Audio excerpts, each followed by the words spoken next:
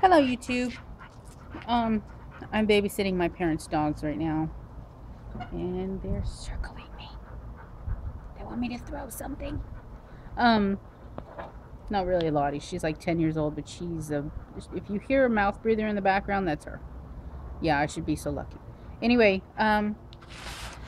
this thing that I thought might turn into a series, the whole message to a Christian from an atheist thing, I don't see it going anywhere. Um, I don't think they give a shit. And they have the privilege to not have to give a shit. Especially now with this Greece versus Galloway shit. Why should they care?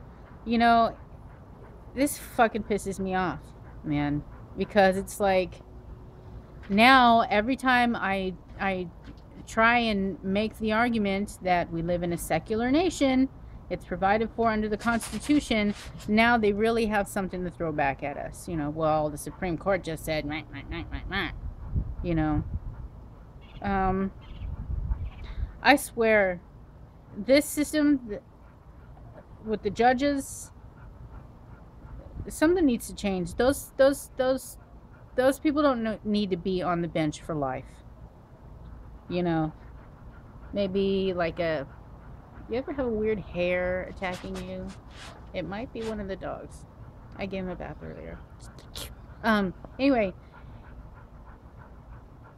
what was I saying?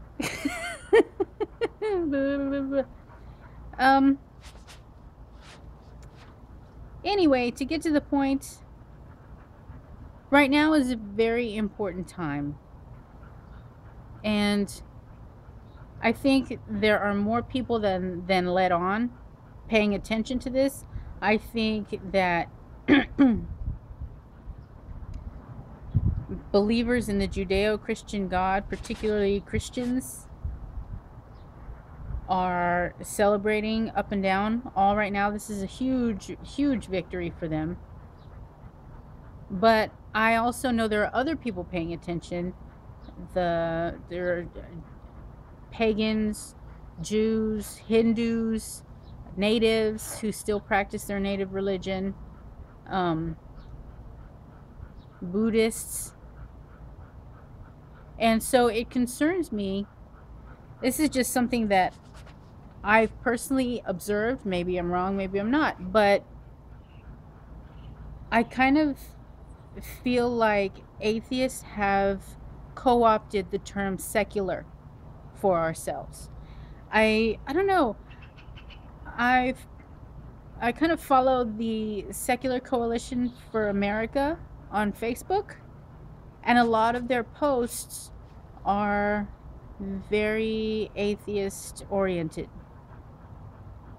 And that was fine, you know, before, but I feel like if this is going to, I don't know if it can even be changed. This is the Supreme Court, but I don't know. But I feel like if we have any chance of making a change to this, we need these other philosophical minorities, religious minorities. And if we co-opt the term secularism for ourselves, it makes them feel alienated from it. And if they can't come under this umbrella, then can they fight for secularism? It's going to become one of those things like, you know how when a group co-opts a term and then they inject all of their fucking baggage into the term, and before you know it, you're trying to use the term the way it's supposed to be used, and then other people are like, oh, you think this, and this, and then you're like, no, I don't like labels. You know, it's gonna, I feel like it's gonna turn into that thing. And I think we need to stop doing that. I think we really need to be all-inclusive right now. And I know that there are many people out there listening who are anti-theists. And, you know, to a good degree, I get it, you know. To a good degree, I'm there with you. But I don't know how much, man. But the thing is, I just don't think this is the time for that. I think we need these other religious minorities. I think it's time to put other stuff aside and just fight for the separation of church and state. Because I think it's going to get real bad from here on out. I mean, we're already seeing it. There are some places where, like this one politician dude, I don't even know, I don't have this material in front of me, so I don't know the name. Oh, pretty bird up on the line. The name of the politician right now, but he's basically said that no, we're not going to allow other kinds of prayer in these council meetings because this is supposed to be a Christian nation, and so only Christians can pray, can bring their religious leaders in to pray. So it's like my grandfather used to say, I give you my hand, you take my whole arm. You know, he was from Mexico. Yeah, and I see they're just gonna fucking run with this and shit all over the separation of church and state. Just all kinds of blatant. It's gonna get worse. I can't even say before it gets better because I don't know if it's going to get better. I'm very worried for our country. And I'm very pissed off that these people's fucking privilege keeps them from seeing that, well, if they look in history, any theocracy you look at, even if you are a member of the religion that is favored in that theocracy, you will never be enough. It will never be enough. It fucking pisses me off that these people have so forgotten this. You know, so they're fucking themselves too. I mean, look at these other theocracies. Look at these Muslim countries. The people oppressed most by those Muslim regimes are Muslims. You know, and some people say, well, Israel, this and this and that. Israel's not perfect. It's not. No theocracies, but nothing is perfect. But at least we've come far enough where we've got the separation of church and state, or we did. You know. So, and you know the argument that I've been sort of playing with in my mind in how to appeal to the Catholics because this, I don't know, I think it's the Protestant rooted sort of evangelical fundamentalist people that this is about, the Green versus Galloway case, but I don't know for sure, but I don't think it was the Catholics. And we're like, the Catholics, we've got, you know, so little good to say about the Catholics. And you know what? I feel you. There are Catholics that I really, really love. A lot of people in my family are Catholic.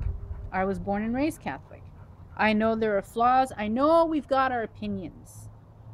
But I think right now we have to put it aside. And the only argument I can think of to appeal to the Catholics that might help us, because they are a religious minority in this country, is that, you know, when the separation of church and state was in place, the people holding the line the most, the low-hanging fruit, were the atheists, the agnostics. You know, and they've sort of won. So, you know, and now it's going to be victory, celebration, we won. We're going to start losing more and more battles, I think. But once we're all dealt with and thoroughly silenced, just look in history. Who's next? Because you can find clips on YouTube with evangelical ministers calling the Catholic Church the whore of Babylon. And I really think that the people that they are going to be going after next are the Catholics. Because you look in history, and the Protestant Catholic, they have no love for each other throughout history. It's only in America it's been kind of almost kind of peace, you know, a love fest between them, because we've been keeping religion out of government. And so now I see all these, you know, the fight for religious dominance over our government. I mean, it's not even, it's going to be about who is going to dominate. And that ain't going to be the Catholics. They're not going to win that fight. And so I think we need to appeal to them too. You know, and I would like it if, is that how I want to word that? I think it might be important to impress upon our LGBT friends and family who are believers, because I have met a lot of them, you know, don't argue with them about whether their religion hates them or not. You know, I just think it's time to suspend a lot of those arguments. Those are arguments for, you know, when we had the ground that we had. We've lost ground, and so we need to hunker down. And I think we need to remind our LGBT believer friends that they're experiencing a lot of victories right now. A lot of states are coming out and judges are upholding that the ban against same-sex marriage is unconstitutional, and that's great. That is so fucking great. But there's this part of me that's like, okay, that's great, but if, you know, they manage to completely undermine secularism, inject enough of their religious views and religious dogma into our government, they could come back and take all that shit from the gays from another angle.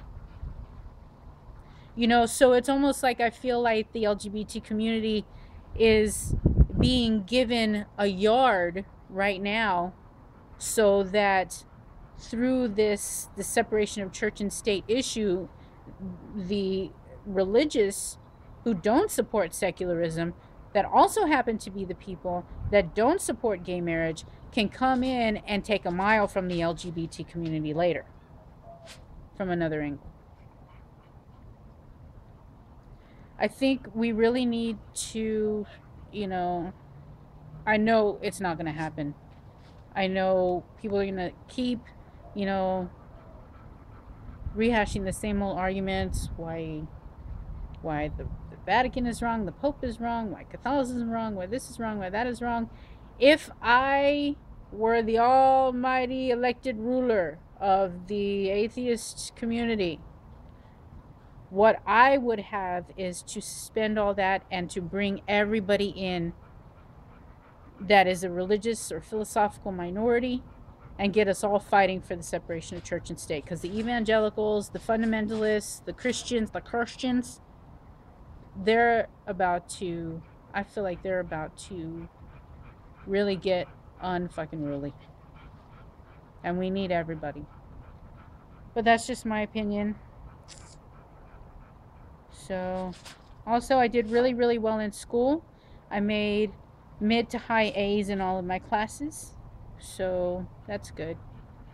But yeah, let me know what you think. If you agree with the sentiment of this video, share it with your friends. Post it on the Facebooks. And just keep your heads up. I don't have a good feeling about all of this. Peace out, YouTube.